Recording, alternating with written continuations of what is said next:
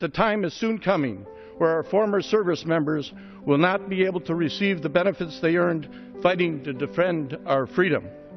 Criticism of Veterans Affairs Secretary mounts over backlog in claims. They are waiting and waiting and waiting. I'm just kind of sinking in quicksand, just waiting for something to happen. The reps are overwhelmed. We're tired of excuses. Too many veterans are waiting too long for benefits. It's been over 10 years, and this is absurd. I want the access to care when I need the access to care.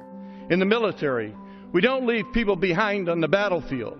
We shouldn't do that at home either. You know, the government, the president, whoever is very willing to send you to war, you know, in a heartbeat. But then when they come back, you're the first thing that they want to cut.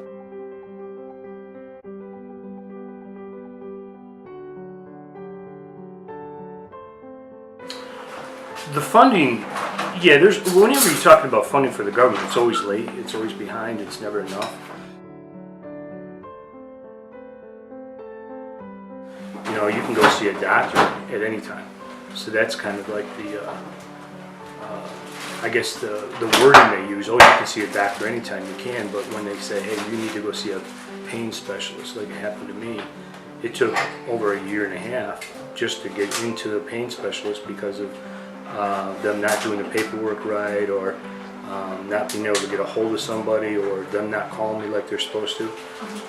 Then I had to do the work and finally get in there. And then I had to wait 3 months before I could actually have the procedure done. So it was almost a year and a half before that happened, and they were just short-handed. The VA people, most of them, even the doctors, are really good.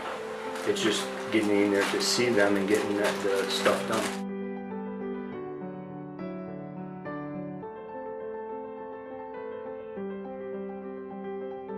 He joined the Navy when he was 17, as soon as he could after the bombing of Pearl Harbor.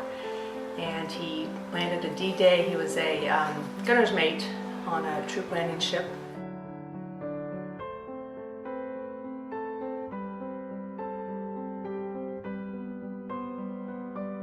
There was a thing called aid in attendance. It's a benefit for veterans who have served during a war period and for a certain amount of time and have become disabled. And so I went to the VA website to try to find information on it, and I never could even find the forms. And I made phone calls, and finally, through an independent veterans organization, I was able to get the forms.